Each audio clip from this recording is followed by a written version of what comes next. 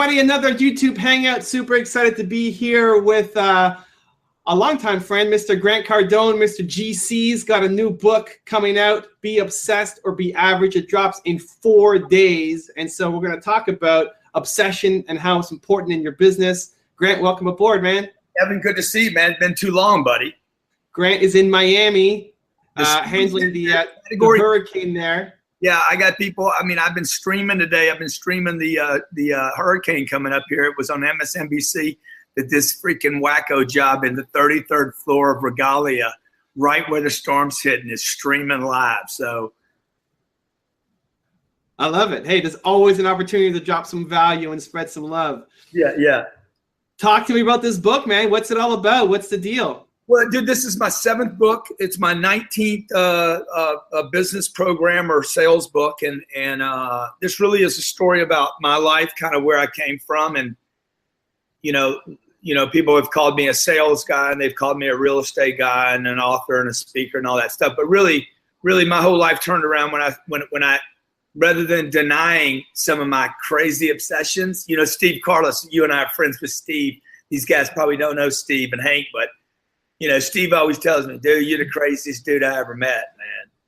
And I said, you know, I've heard that my whole life. When I was 10 and 12 years old, my friends, dude, my mom told my friends, don't hang out with my son. I was always crazy. And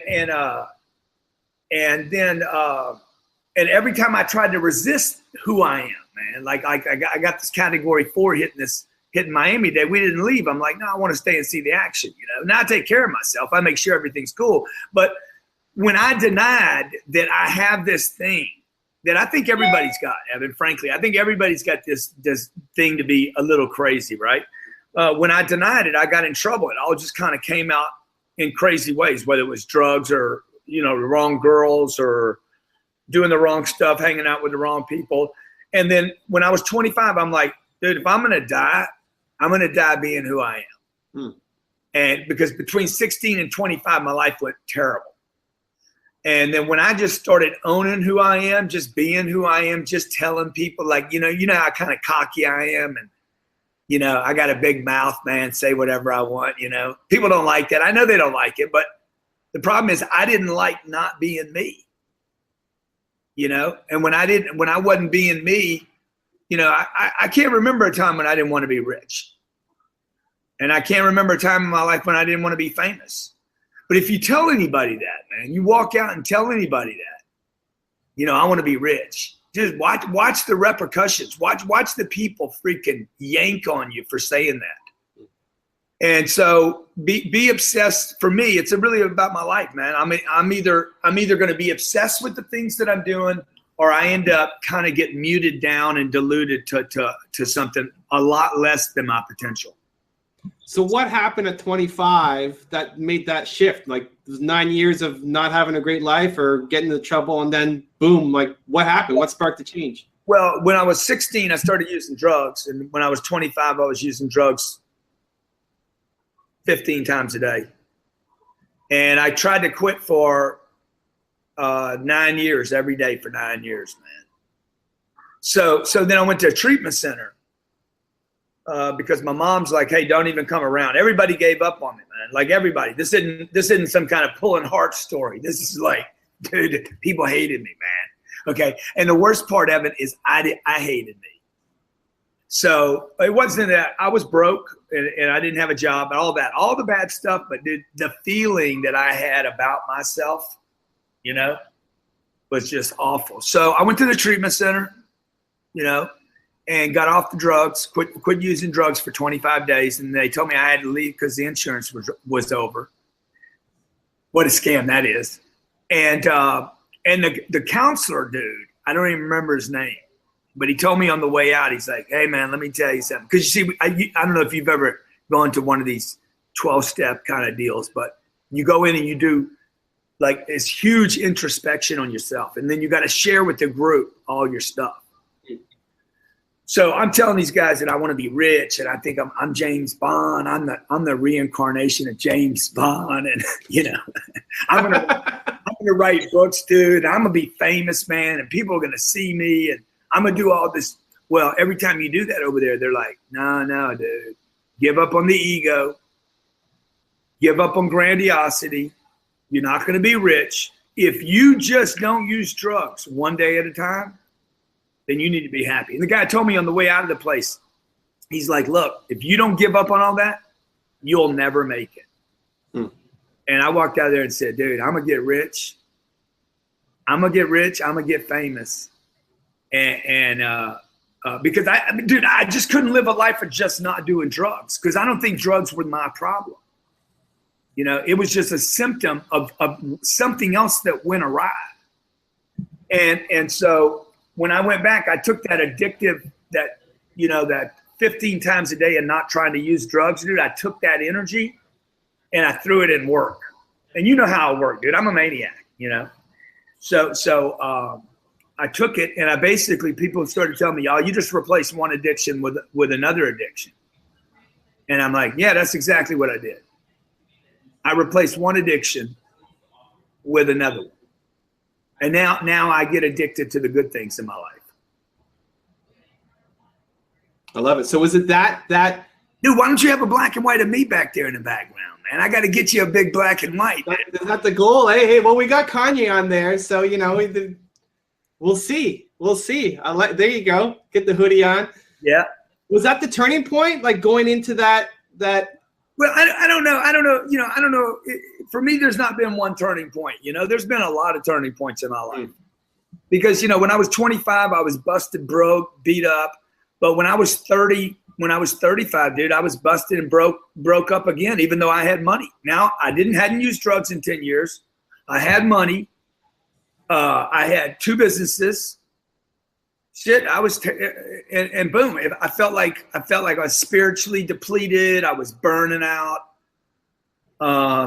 And again, man, I felt like I was in a similar place. And so for me, like I hear a lot of people talk about one purpose, the one thing, you know. One thing has never filled me up. Whether it was one friend, one drug, whatever, dude. One doesn't work for me. One wife is good. That's all I need. I love my kids. One family, you know. But I've always needed something else. You know, I need something else to fill me up. You know, and there was I'm 35 years old, and these people are like, dude, when are you ever going to be satisfied? I heard that a lot. When's enough? You know. Why can't you just enjoy what you have? What's wrong? Like something was wrong with me. And I bought it. I bought those ideas. I talk about this in the book about feeding the beast and starving fear. And I kept hearing about this, you know, well, you're never going to be satisfied. Nothing fills you up. And that's why you're so disappointed. And people would say things like, don't have high expectations. You know, Sam Walton said the only way to live a life is with high expectations. The only way to achieve anything is with high expectations. But something happened in America between 1980 and 2000 where everybody started doing this introspection, feel your feelings. What's the chick's name over at Steve Carlos's place? The coach over there. Terry? No, the one that says go inside. What was her name? And I used her one time. I said, dude, I can't do this. Because it's just not who I am. Like I've done so much introspection that I couldn't do anything. I had become immobilized. My purposes. I mean, what's wrong with somebody that wants to do another thing? You know, that look, I am not filled up by one person. My wife cannot fill me up. 2 kids can't make me feel full, because I think that people are obsessed with a lot of purposes, and that's why people are dissatisfied. And my goal is that this book gives people permission to not be so introspective, but to actually become obsessed with dreams again, with possibilities, with the idea that you could be a husband, a father, a community leader, a church leader. You could actually talk about politics. You could get rich. You could write books. You could find time to do all that and not even worry about balance, because the obsession of each one of those things would actually fill you up to have a life that was naturally balanced.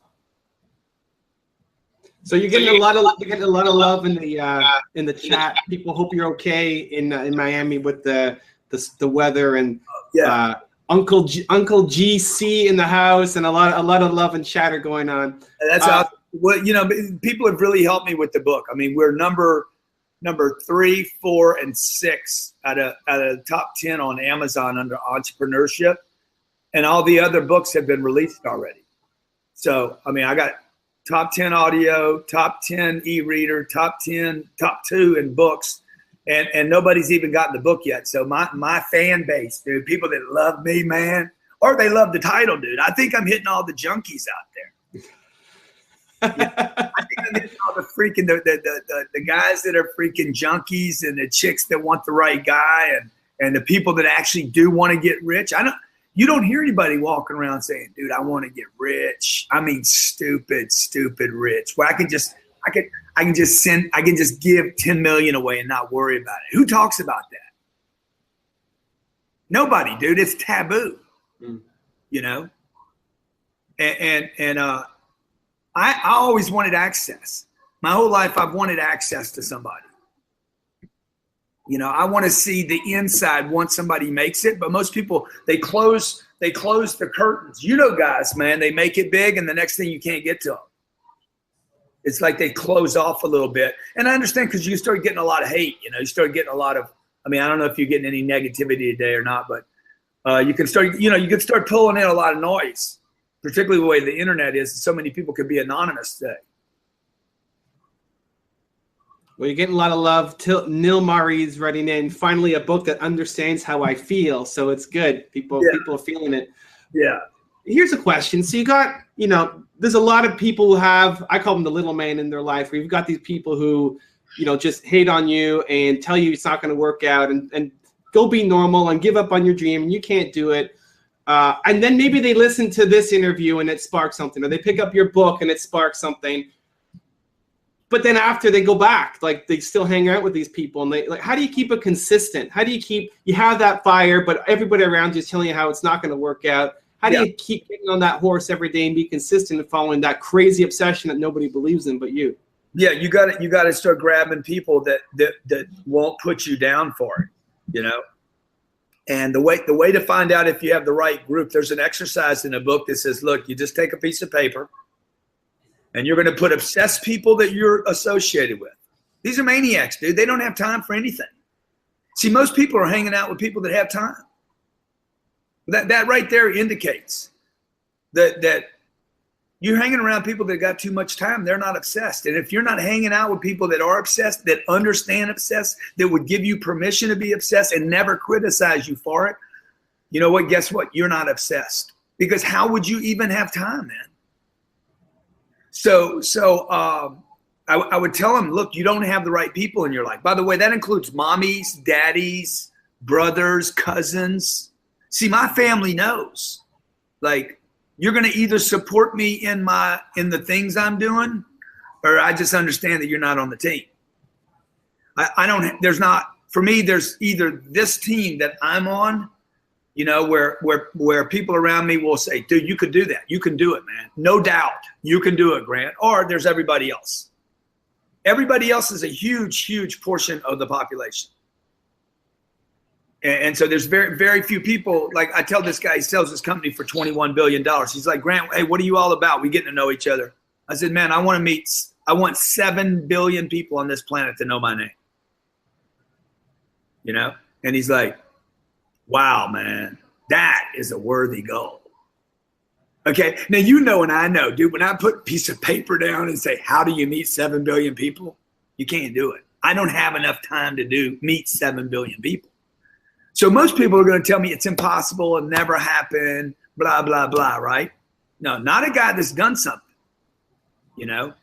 So if I told Elon Musk, hey, man, I want to meet every person I want to get a book, one of my books to every person on planet Earth. He wouldn't say you can't. He'd be like, dude, if you can help me colonize Mars, I can help you get you a book there. That's true, man. See, I know Elon would be a good club to be in. Problem is Elon's obsessed himself. Mm-hmm. So look, we live on a planet that has a thing called gravity. He wants to defy it. And this gravity thing is much more, you know, it's the average thing. Gravity is affecting people's thinking, so that you're surrounded by people that you need money to do it. You know, something terrible is going to happen. Fly under the radar. You're going to have your mom say, but Evan, Ev, we love you just the way you are, Evan. You know, all those are little leak outs, dude, of people that gave up on their own obsessions. Because your mom and dad gave up. My mom and dad gave up. Okay. Otherwise, they'd have already written their own book, because everybody's got a book in them, dude.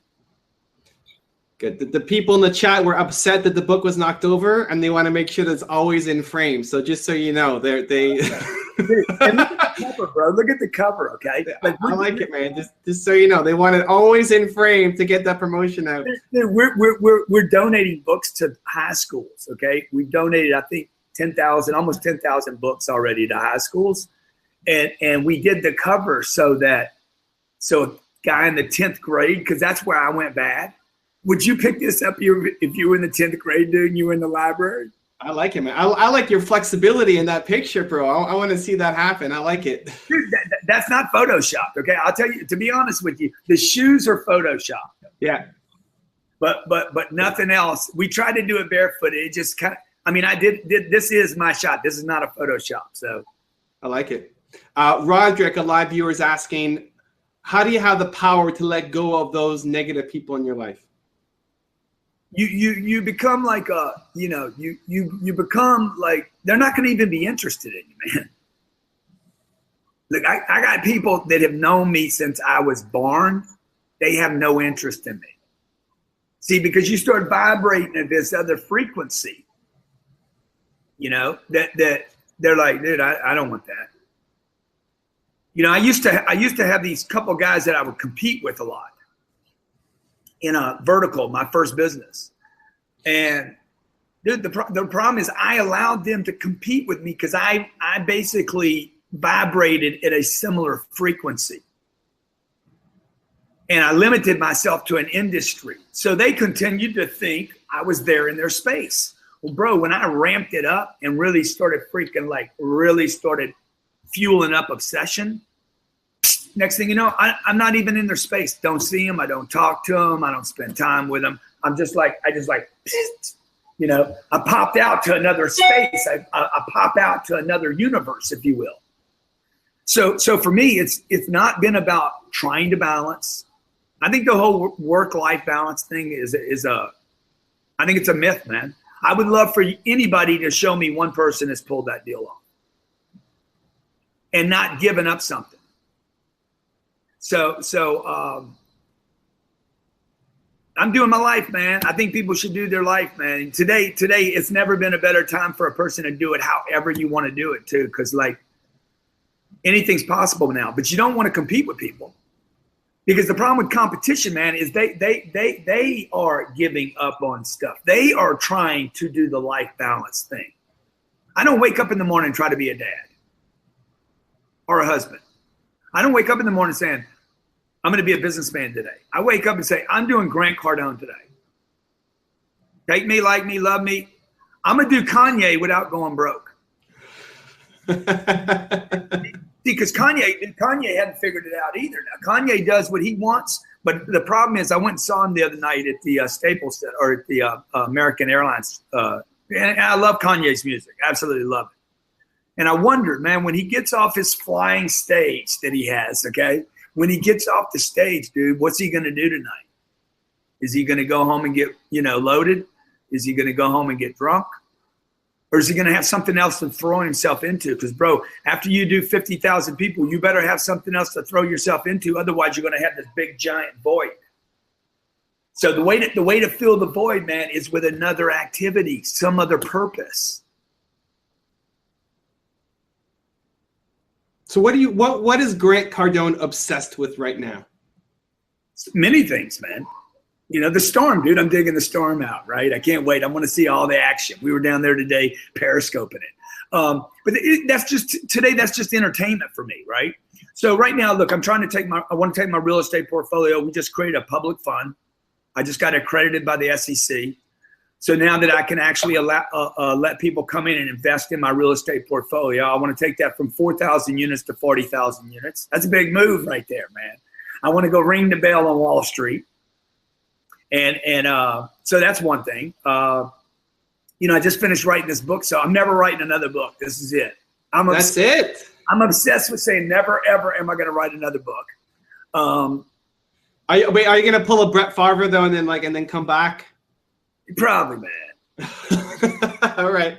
Probably, but you know, I'm very interested in changing the school system. I want to see if I can actually affect schools.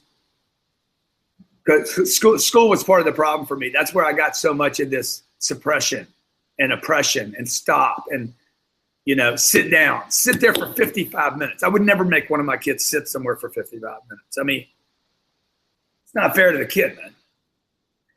So, yeah, man, I'm obsessed with seeing other parts of the world. You know, I want to, it's a shame that I don't speak 6 other languages. Kind of limits you. When you got to go meeting 7 billion people and you barely speak English, it's a problem.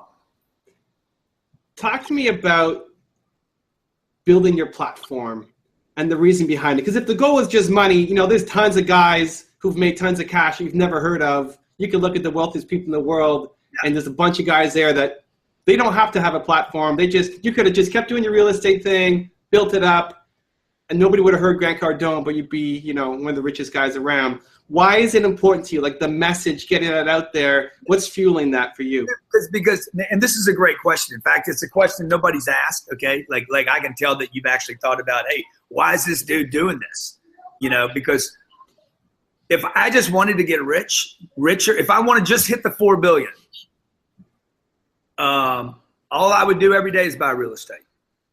I know the game. I know how to make money. I've done, I don't know, $600 or $700 million in transactions.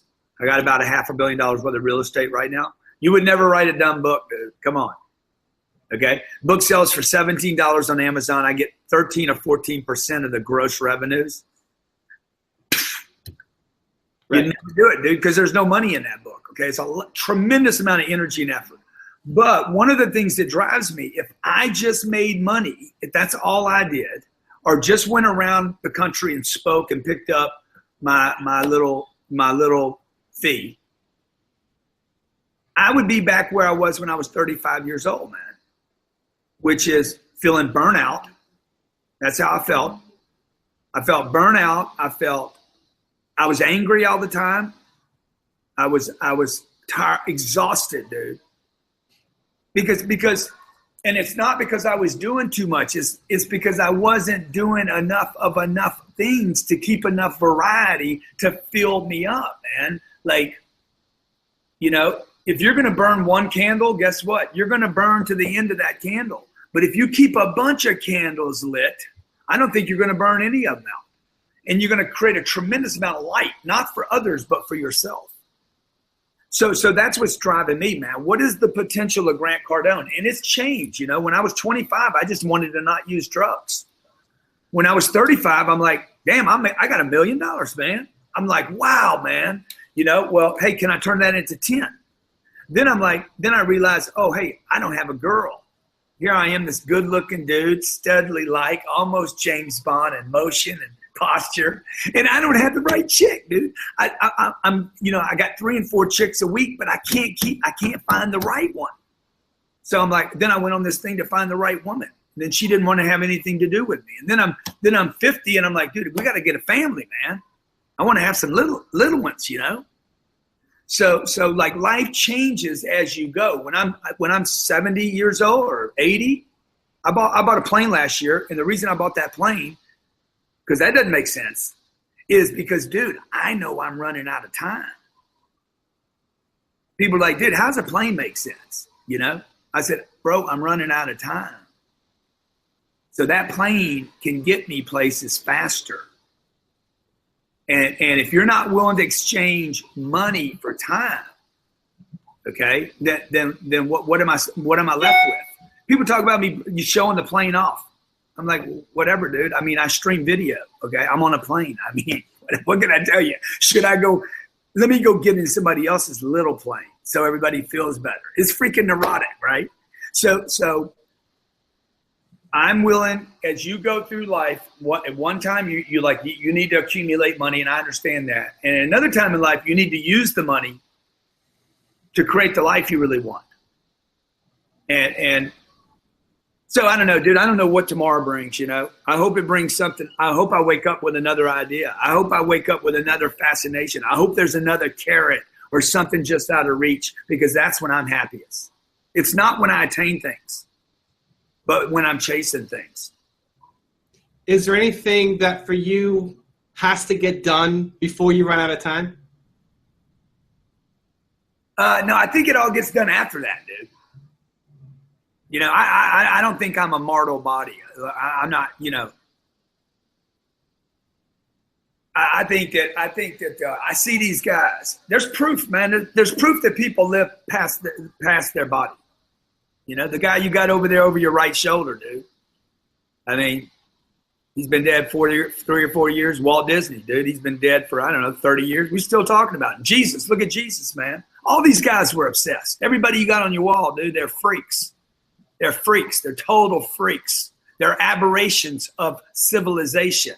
Okay, they are all in all the time. Fuck you. I don't care if you like it, dude. You can talk about me bad. Maybe I hadn't figured it all out, but I'm going to get one area of my life right. And that's what Steve Jobs did. Now, Steve probably, all that LSD he did back in the 70s, probably screwed him up with his kids and his wife, and because the drugs will kill you if you don't get them out of your system. And I'm talking from personal experience right there to Steve. Steve's probably listening to me right now. Dude, you need to clean all that up, because it'll affect the spiritual entity that I believe lives on past the body. So that's not really Steve Jobs there. That picture of him is a picture of him.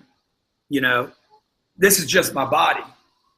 And so, you know, I hope the day I die, dude, everybody's going to have a party, man. And everybody's going to help perpetuate my work.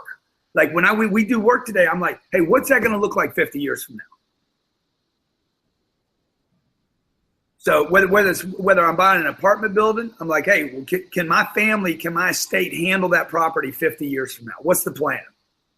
And by the way, can some kid, some 17-year-old kid, and his mama's renting an apartment from me at $900 a month, could that 17-year-old kid, is he going to have a safe environment? Is his mom going to be in a good space so that he's got a better shot? You know, I'm not just looking at that $700 or $800 a month we collect from her. Hey, is that going to be a nice, safe environment? Like, I don't do any Section 8 for that reason. I don't do any Section 8 housing, because I know once the government gets involved in paying me rent, man, I lost control of that property. So I want to vibrate. Most people don't think I'm a very spiritual person, but actually underneath everything, all of it, the James Bond, I want to be rich.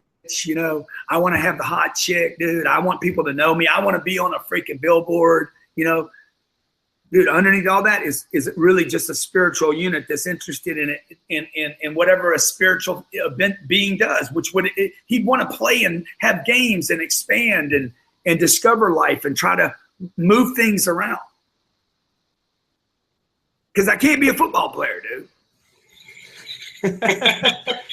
I'm curious about the Grant Cardone decision-making process. Because you've got a guy here, you know, he's got money, he's got an audience, he's got talent.